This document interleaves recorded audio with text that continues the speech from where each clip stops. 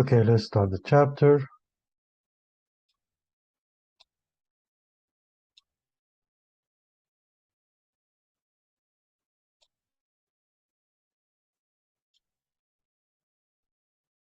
In this chapter, we'll be talking about the planning for electronic commerce.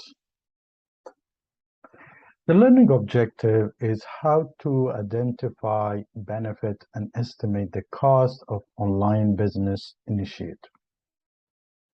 How online business startups are evaluated and financed, when and how to outsource online business initiative development, how to manage and staff electronic commerce implementations.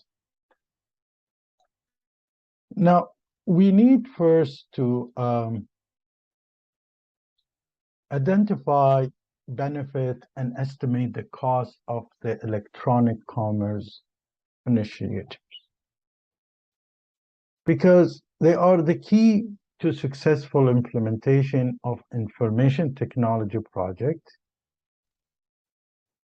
And they also, information technology project is about planning and execution. A successful electronic commerce initiative business plan activities. Basically, you identify the initiative's specific objectives, what's your objectives, and link the objective to business strategies. So setting electronic commerce initiative objectives are kind of consider the strategic role of the project, why you have such a project, intent, the scope, see the scope, and the resources plus the time. To identify the objectives is typically business electronic commerce objective is about increasing existing market sales or market shares, opening a new market, serving existing customer better, identifying new vendors, coordinating more efficiently with existing vendors, recruiting employees more effectively. So these are reasons, or could be objectives, one of them or combination of them. The other objective can be vary within one organization size. So which one is important, how much is important, and also you need to compare the risk of e-commerce versus inaction.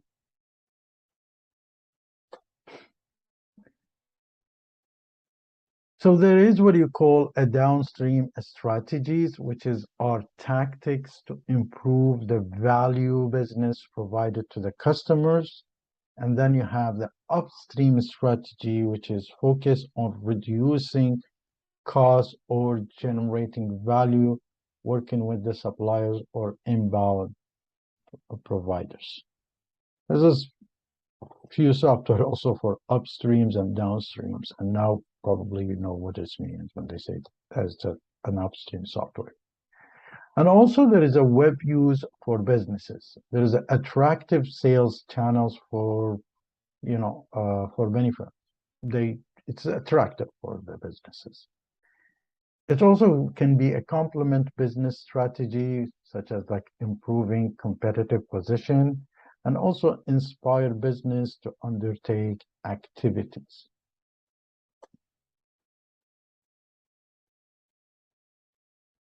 Electronic commerce activities is usually difficult to measure.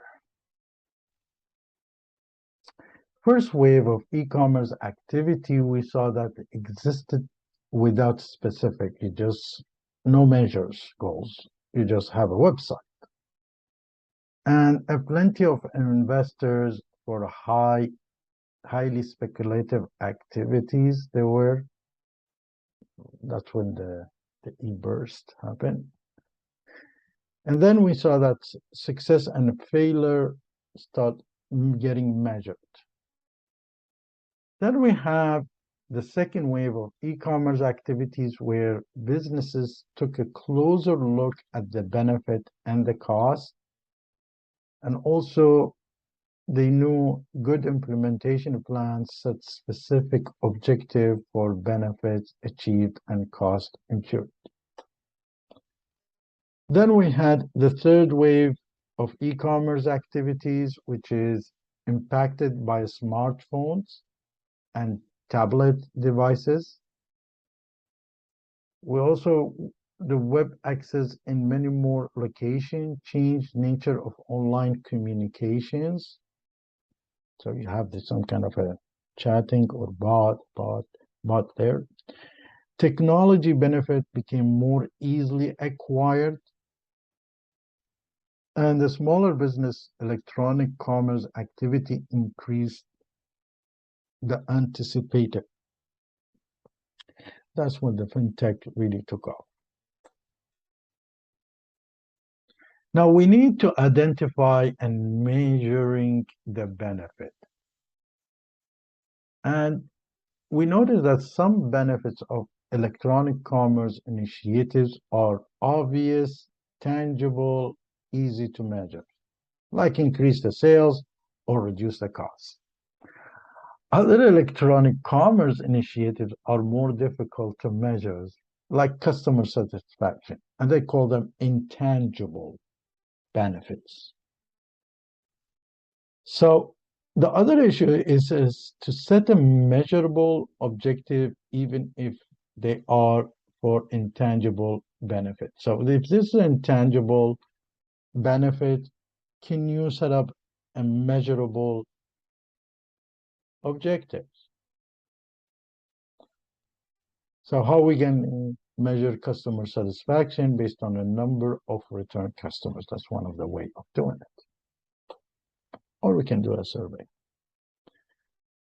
When you're using website to build a brand or enhance existing marketing program, set the goal in a term of increased brand awareness, such as a market research surveys, as we said, and opinion polls. Companies selling good or service online measure sales volume in a unit or dollars, because they do online and they're not promoting things, they sell things online. Complicated to measure brand awareness or sales increase to the other thing company doing or by general improving in the economy. So if the economy is getting better, there's a better sales, that does not mean because of the e-commerce. And they might having some ads like a billboard or something, which is drive them to website or people coming to the store. Anyway, using a website to improve the customer service or after sales support has possible goal of increase customer satisfaction or reduce support costs. For example, the CRM, and if we have time, we'll talk about the tabs CRM. Now, the supply chain manager goal include cost of goods, cost reduction, quality improvement, and faster deliveries of orders goods. Action site goals include a number of auctions, dollars, volume of the item sold, number of items sold, something like that, or a number of registered participants. Anyway, we'll just move on with the next step. So basically, electronic commerce initiatives is all about building a brand, enhancing existing marketing program, or create a new marketing program. It's about improve customer service. It might be to reduce the cost or of after-sale support. It also might be or could be improve the supply chain operation, hold auctions, provide portable social network and virtual communities. Those are all reasons, or could be a combination of them, for electronic commerce. And the other side, you can see how you can common measurements of benefits provided for each one. So identifying and estimating costs under this subject, we see that information technology project costs can be as difficult to estimate and control as benefits. 30 to 40% of project is behind of the schedule. The web development uses rapidly changing hardware and software technology. Hardware costs trending downward, but increasing the software sophistication now requires more hardware, although it's cheaper now. So the rapid changes in the web technology can destroy a manager plan. Total cost of ownership and opportunity cost. This is a very crucial that when you going into venture, you need to look at the total cost of ownership, or TCO, and opportunity cost. TCO includes all costs related to electronic commerce implementation, such as hardware costs, software costs, outsourced design work, such as employee costs and site maintenance. A good TCO number include assumption about how often site would need to be registered, redesigned in the future. One of the largest and most significant electronic commerce initiatives cost is opportunity cost. And it's about foregone benefit that company could have obtained from the electronic commerce initiative and not pursued. So potential business, but you're not setting up your e-commerce. And maybe a lost customer or a sales or cost reductions. Now, the total dollar amount required to create and operate a website has varied with the time and business. Today, you can get a good proposal for building your website and even doing for you the digital marketing. So a relative proportion of the cost remain stable. So the hardware usually 10%, software is 10%, and 80% is the labor. Small online stores can be placed into operation for less than $1,000, development and all these things. You can see these ads in the street sometimes. Small to mid-size online business operation with a full transaction and payment processing capability has an initial investment between $10,000 to $1 million, plus the annual cost of operating. Keep in mind, an online business website between 50 to 200% of initial cost. So it costs you 10 million, multiply it, 1 million, between 50 to 200. So between 500,000 to $2 million yearly cost. This is a brief of how it looks like, the initial cost and the ongoing costs. These are bench. So you might be a little bit higher, lower, but this is the bench in the market between 400 to 7,000 for a small online store, for example, and an ongoing annual cost between $400 and $14,000. It's estimated cost for business website. So cost generally heading downward these days, but lower cost of a broadband access and computer hardware and decrease software development and maintenance costs. So you need to look at who is providing these things at what cost. So in the old days used to be like a Netscape, 40 million just to get started, 1 million for doing a mobile. Today the smartphone apps is a 1,000. We did one is around $250,000 in the beginning. In the, I believe,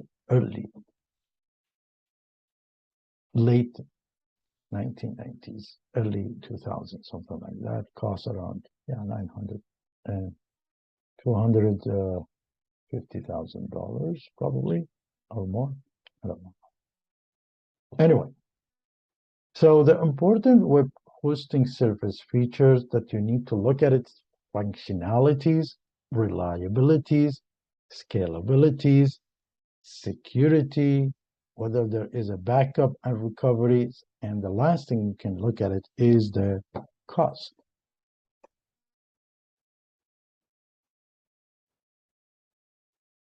Now, you go through this, there is investors, there is something called angel investors, which is they will invest into the business. I'm not going to talk that much about funding online business startup. You can read them. The issues comes in here. Always investors, they comparing the benefit versus the cost. So the capital project, which is the capital investment, or a major investment in kind of equipment, personnel, and other assets. The techniques to evaluate the proposed capital project range from a simple calculation to complex computer simulation model. What if we do this? How much is going to cost? Probably there is something called a life tree, uh, something like that. We'll do these calculation also, or cost tree. They do that in supply chains and operating in your business's ventures. The key part of creating electronic commerce, anyway, is the initiative business's plan, is to identify the potential benefit cost and evaluate whether benefit exceed cost. So you need to build your own bench and make sure that they can understand where through that bench how much profit or benefit versus the cost that they have to put in. So it's basically you identify the benefit, you determine the value of benefits, and you also identify the cost, and you determine the value of the cost, and then you compare the value of benefit to the total cost that you can cost you. And then what we have a return on investment. Most of the angels and investors, they want to see the return on investment and exit strategy. A return on investment, or ROI, is a technique measure the amount of income return provided by a specific current expenditure investment. So if I'm putting $1 million, when I'm going to get these investment back and more. So some see, on other hand, some see the commerce initiatives as necessary and may not be subject to the analysis. So they say we have to have that, and they're not going to look at the ROI. So big organization, big retails, they have to have a website. So they're not going to look at ROIs of it. So many companies turn to ROI as a measures tool for evaluating the projects because of fast use. It's easy to understand, but has some built-in bias, some kind sometimes, that can lead to poor decisions. Usually ROI requires all cost and benefit be stated in a monetary unit, which gives underweight to cost. ROI focus on benefits that can be predicted, but initiatives have return benefit not foreseen sometimes. ROI tends to emphasize on a short-run benefit over a long-run benefit also.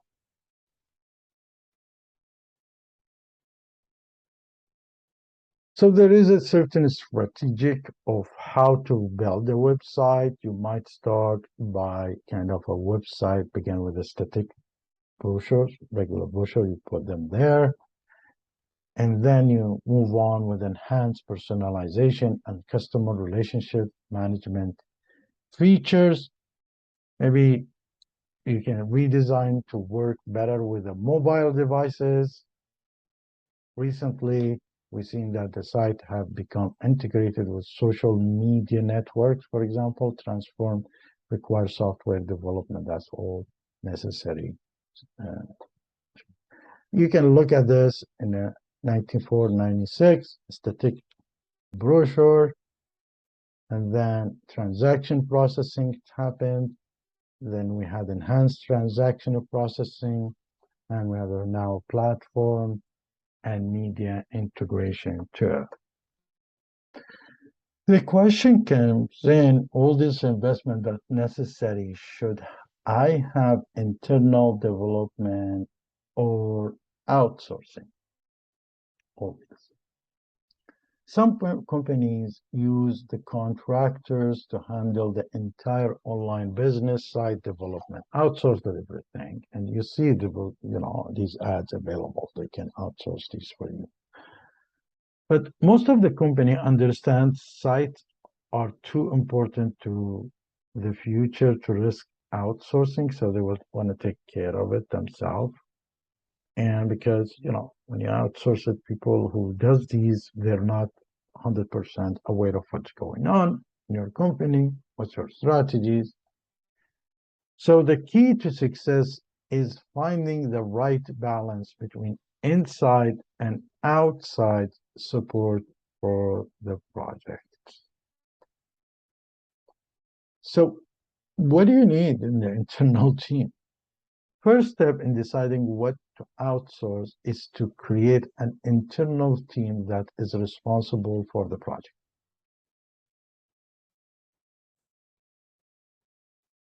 Team members need to be knowledgeable about the internet and its technology, have creative thinking or thinkers distinguished within the company, good sense of company goals and cultures, and have technical expertise also, but it's not less important than other factors. So you need to have some technical expertise plus business expertise.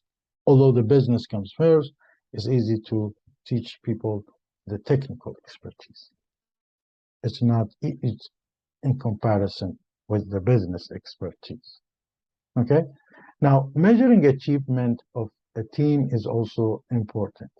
So you can express it in whatever terms are appropriate to the objective of the initiative. So you create some kind of a benchmark in certain terms, and then you express that with the changes that's going to happen. Now, there is what you call intellectual capital, is employees' knowledge about the business and its process. So that's why I always suggest that we should not lose and that's hard to measure, but a value is recognized today. Replacing some people who knows your business already is a very difficult. Not only that, they will join other company and become more competitive with you with other companies. So internal team responsible for initiative decide what to outsource, and consultant or partner needed. So they will decide which part we will be outsourcing and which part we should not be outsourcing it. You can have an early outsourcing, so outsource everything, and a company outsources initial site is design and quickly development to launch a project quickly. So if you outsource it, it's a very quick to do that.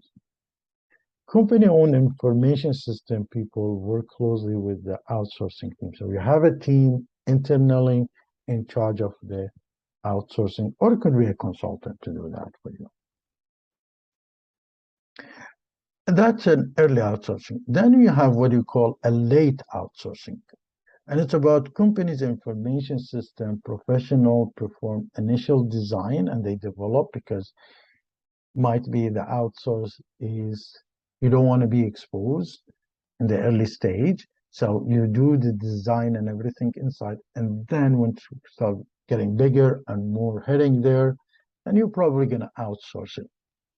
Now, once competitive advantage, as we said, is gained, the maintenance of the electronic commerce system could be an outsource later on. Online business initiatives are more suited to early outsourcing sometimes. So it would be clear how much it costs if I'm outsourcing everything because it's a contract base and you know exactly what it will need as a cost-wise. And then you have what you call the partial outsourcing. It's also called a component outsourcing. Well, it's about having the hardware somewhere and you develop the softwares and you put it in their outsourcing. Or utilizing the electronic payment system or having somebody is doing the web hosting for you. And then what we have is called incubators, offers a startup company physical locations with the office, accounting, and legal assistant, computers, and internet connection at a very low monthly cost. So it's basically, it comes from the word incubate.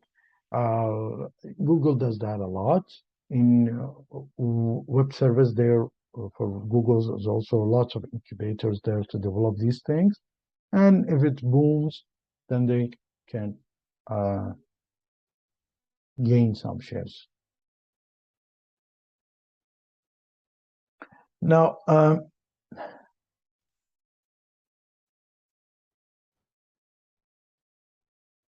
in the incubators might offer seeds money, startup money, management advice also, and marketing assistant. They receive ownership interest in a company that's typically between 10 to 50%. It's a kind of a company become an entrepreneur. And only internet incubators, Ideal Lab and ticket.coms, these are the incubators. Anyway, some of them are created internal incubators.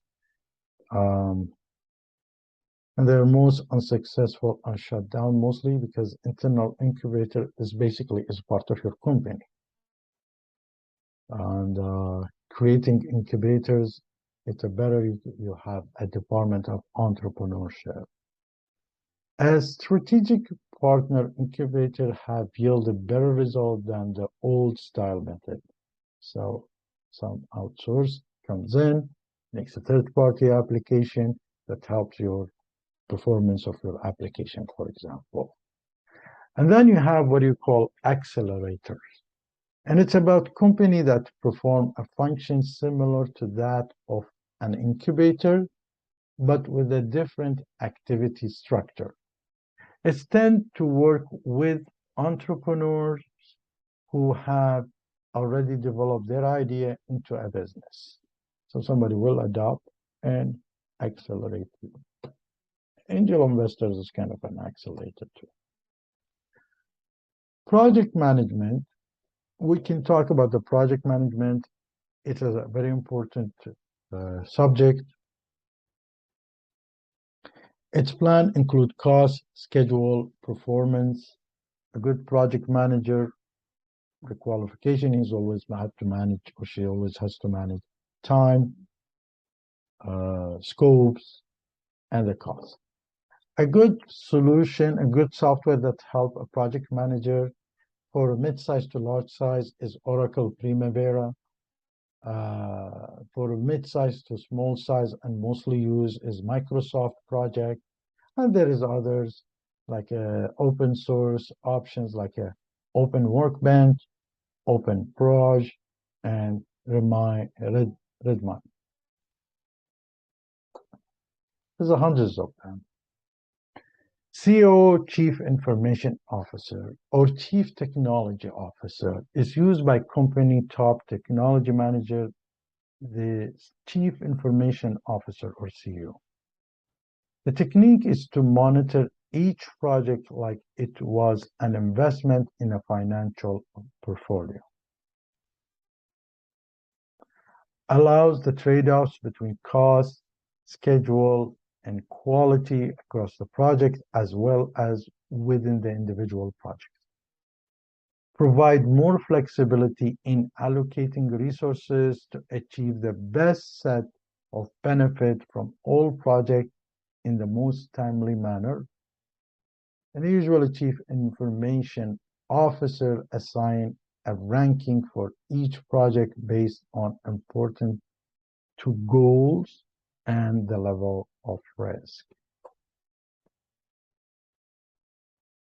Chief Information Officer usually oversees information system and related technological element needed to undertake and operate online business activities. So he's not going to do things in his hand. He's just oversees them. Business manager is a member of internal team that sets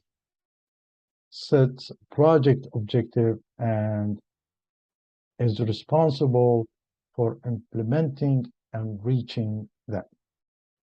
A project manager should have specific training skills in tracking course cost and accomplishing objectives. PMI is the good one. Project portfolio manager is responsible for tracking and managing online projects as a portfolio, usually promoted from the ranks of a project managers. Could be a project director also. And then you have the account manager, which keeps the track of multiple websites in use or a project combining into a larger website. So they have multiple websites and you want them to amalgamate or integrate them together. Application specialist is usually maintaining accounting, human resource, logistics software, electronic commerce, and site software. And then you have web programmers who design and write underlying code for a dynamic database-driven web page. So these are different jobs. And web graphic designer trained in art, layout, composition, and know web pages construction, how it went. Must ensure web pages are visually appealing and easy to use. And then one of the other positions is called content creator, which is write original content. And then you have the content managers or the content editors, purchase existing material and adapt it for the use of the site. And then you have the social networking administrator, which is responsible of managing the web virtual community element. And then you have the online marketing manager, specialized in the specific techniques used to build brand and increase the market shares, use website and other things. We have the customer service representative, which is design and implement customer relationship management, CRM activities in the electronic commerce operation. And there is a call center person, there is system administrator, there is the network operation and the database administration support. The post-implementation audit, also called the post-audit review, and it's a formal review of projects after up and running. It's testing in a way, and after running and see benchmarking on all these. It is about examining the project item established in a planning stage. So we have objective, performance, specification, cost estimation, and scheduling delivery date. We examine all these. In the old days, there's something called a blame identification approach, often used in the past. And it's focused on identifying individual to blame for a cost overrun and missed delivery dates. It's an unproductive way and very not comfortable. We look at the feedback. We do gather information. We build a lesson with the post-implementation audit. We can do a comprehensive audit report analysis. We'll see what is missed, what's did not miss. Sometimes there's a lot of issues. Some of them looks good and more than expected, and some of them are less. So we need to do a comprehensive one. And then you get what you call a change management, that after you do a post-implementation, you might need to do some changes here and there, and you have to know how to, it's a project could be itself, and the costing and the changes happen. It's usually when you do implementation, some bugs will show up that you need to pay attention to them also. Thank you very much.